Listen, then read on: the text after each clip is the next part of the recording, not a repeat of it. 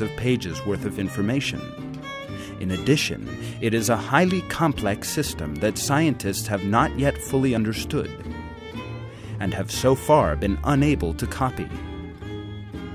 This is because it is God who created the seed, and God who created the systems within it. Every seed is enfolded by the knowledge of God.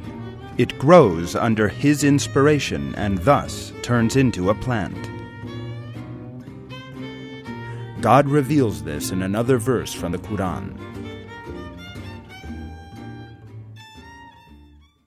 The keys of the unseen are in His possession. No one knows them but Him. He knows everything in the land and sea. No leaf falls without His knowing it. There is no seed in the darkness of the earth, and nothing moist or dry which is not in a clear book.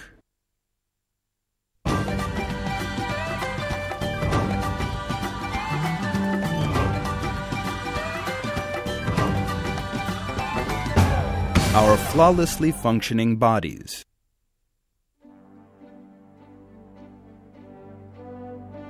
Every detail in our bodies has been created for a specific purpose. Even the hairs on our bodies have a purpose. Our eyebrows and eyelashes only grow to a certain length. However, our hair grows throughout the course of our lives, and that enables us to style it as we wish. Ah! I don't have any hair! What would happen if our eyelashes grew in the same way as our hair? In that case, our eyelashes would grow right over our eyes and stop us from seeing anything. Who tells our eyelashes to stop growing once they have reached a specified length? When we think about such questions, we can immediately see that every part of our body has been created. There is also complete harmony in the way that our bones grow. Our brains begin growing right from infancy. Our skulls also start growing at the same time. If our skulls and brains grew at different rates, and our skulls were small, while our brains were large, then we could not live.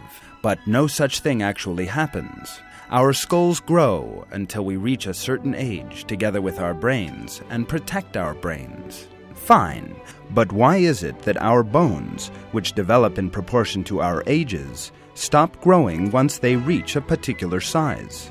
What would happen if they kept growing? For example, if the bones that make up our rib cages did not stop growing once they had attained a certain size, then our bodies would be much less aesthetic than they actually are. Yet, thanks to the careful working of our bone cells, no such thing ever happens. Isn't that amazing? I was amazed too when I first heard about it. Can a bone cell possess enough information to be able to do all these things?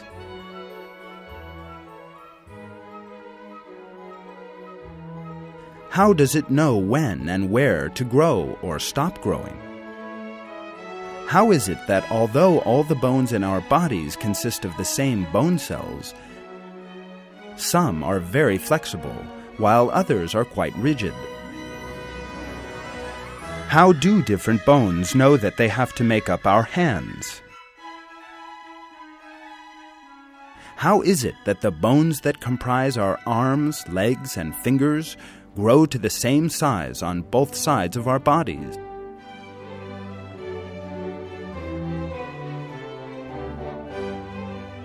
These are all questions we need to ask ourselves in order to better understand the perfection in our bodies. It is absolutely impossible to claim that all these things happen by chance.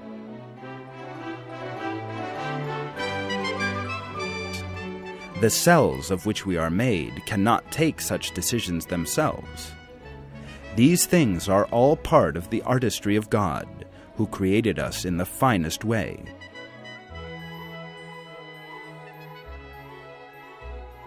In one verse of the Quran, He tells us,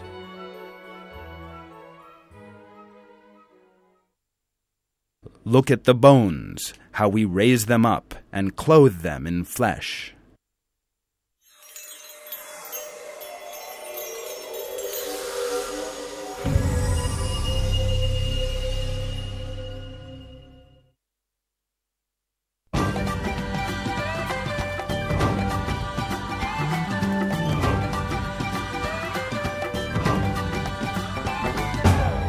The importance of water to us.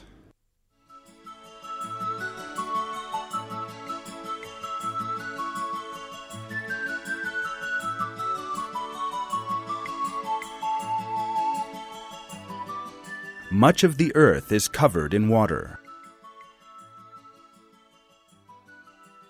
The seas and oceans make up 3/4 of the earth's surface.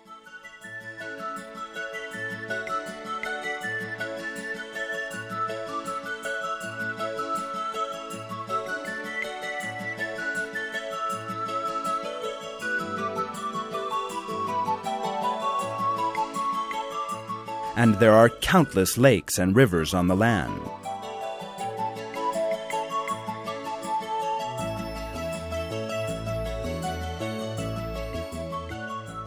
The snow that covers the peaks of high mountains is water in frozen form. A large part of the Earth's water is also up in the air. Every cloud contains thousands of tons of water. Ahmad, don't sit so close to the television. You'll damage your eyes. There is also a certain amount of water vapor in the air we breathe.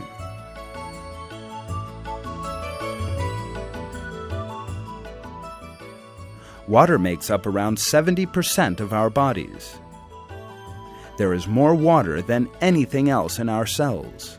Even the blood that runs through our bodies consists largely of water.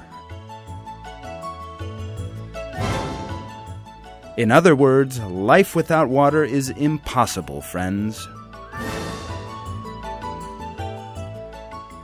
Water, which is the foundation of life, has been created for life in all its aspects.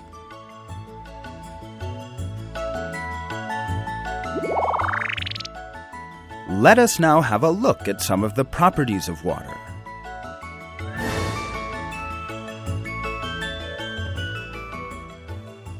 All substances in the world are denser in solid form than they are as liquids, all apart from water. As every other substance, water shrinks as it cools down to 4 degrees Celsius, after which, however, unlike all others, it begins expanding. As it becomes ice, it expands to a considerable extent. That means